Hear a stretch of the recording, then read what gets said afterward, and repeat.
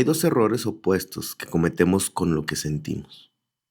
El primero es ignorarlo, tapar la emoción, seguir adelante, convencernos de que no pasa nada cuando claramente sí pasa algo. El segundo es seguirlo todo, dejar que cada emoción dicte una decisión, actuar desde el enojo, desde el miedo, desde la euforia del momento, sin detenerse a pensar si eso es lo que realmente queremos hacer.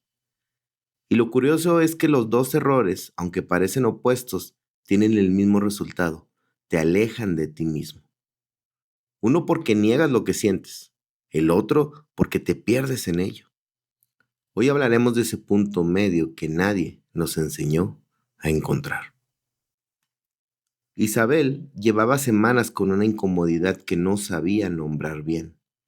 Algo en su trabajo no estaba bien. No había un evento específico, no había una pelea ni una injusticia clara.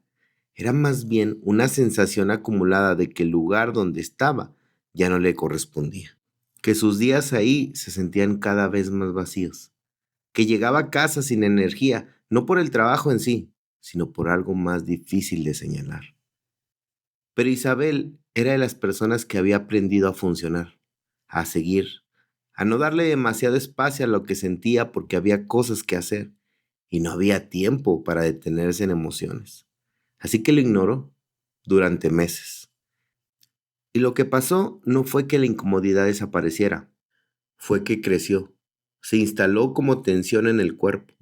Empezó a afectar cómo dormía, cómo llegaba a casa, cómo se relacionaba con las personas que quería. Y un día, hablando con una amiga, Isabel dijo en voz alta por primera vez lo que había estado callando. Creo que necesito algo diferente, pero no sé qué. Y algo cambió solo con decirlo. No porque tuviera la respuesta, sino porque dejó de gastar energía en suprimir lo que sentía y empezó a usarla para entenderlo. Pero aquí viene la segunda parte de la historia, porque Isabel también conocía a personas en el extremo opuesto, compañeros que renunciaban en un momento de enojo y lo lamentaban a la semana, amigos que tomaban decisiones grandes desde el miedo y después se preguntaban por qué todo salía mal, personas que confundían una emoción intensa del momento con una señal definitiva sobre lo que debían hacer con su vida. Y Isabel entendió algo importante. No se trata de seguir cada emoción, se trata de escucharlas, que no es lo mismo. Las emociones son información, no son órdenes. Esa distinción, aunque simple, cambia completamente la relación que tienes con lo que sientes. Cuando el enojo aparece, te está diciendo que algo cruzó un límite que te importa. Eso es información valiosa. Pero si actúas desde el enojo sin procesarlo, casi siempre el resultado es una decisión que no hubieras tomado en frío. Cuando el miedo aparece, te está diciendo que algo en lo que estás considerando te parece incierto o amenazante. También es información, pero si dejas que el miedo tome la decisión, probablemente te quedas paralizado frente a oportunidades que en otro momento habrías aprovechado. Cuando la tristeza aparece, te está diciendo que algo que te importa se perdió o está en riesgo. Tiene sentido, merece espacio. Pero si te quedas viviendo dentro de ella indefinidamente, sin procesarla, se convierte en un lugar del que es difícil salir.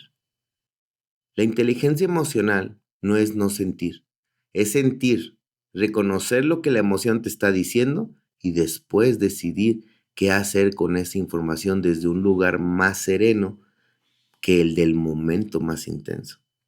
Esa es la diferencia entre usar emociones como brújula y dejar que sean el piloto. Yo he cometido los dos errores. He ignorado cosas que sentía porque no era el momento conveniente para sentirlas.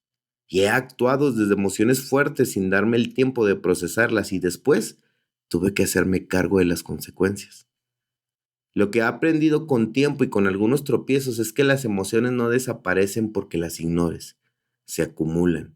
Y las decisiones tomadas desde la emoción cruda, sin ese espacio de pausa, casi siempre requieren correcciones después. El punto medio no es fácil de encontrar, pero existe y se llama pausa. No una pausa de días necesarios, a veces es de minutos.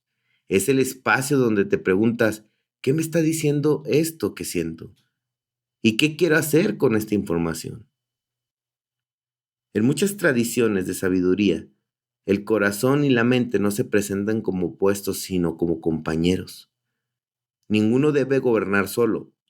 Uno, sin el otro, lleva a extremos que cuestan. Actuar solo desde la razón, ignorando lo que se siente, produce personas desconectadas de sí mismas, que toman decisiones técnicamente correctas, pero emocionalmente vacías. Actuar solo desde la emoción, sin el filtro de la reflexión, produce personas que se mueven por impulsos que no siempre las llevan a donde quieren ir. La sabiduría está en la integración, en aprender a escuchar lo que sientes sin perder de vista lo que piensas, en dejar que las emociones informen tus decisiones sin que las secuestren. En Proverbios 4:23 lo dice de una manera que me parece muy concreta. Por sobre todas las cosas, cuida tu corazón, porque de él mana la vida. Cuidar el corazón no es ignorarlo, es atenderlo, conocerlo, entender lo que está comunicando y desde ese entendimiento actuar con más claridad. Eso es cuidar algo que importa. Al día de hoy, vivimos en dos culturas emocionales que conviven y que los dos se equivocan en extremos distintos.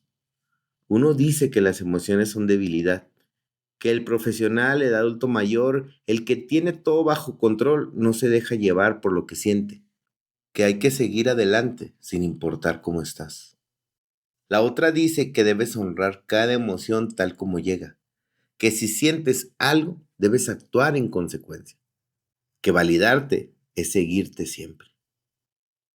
Y los dos extremos tienen un costo. El primero te desconecta de información valiosa sobre ti mismo.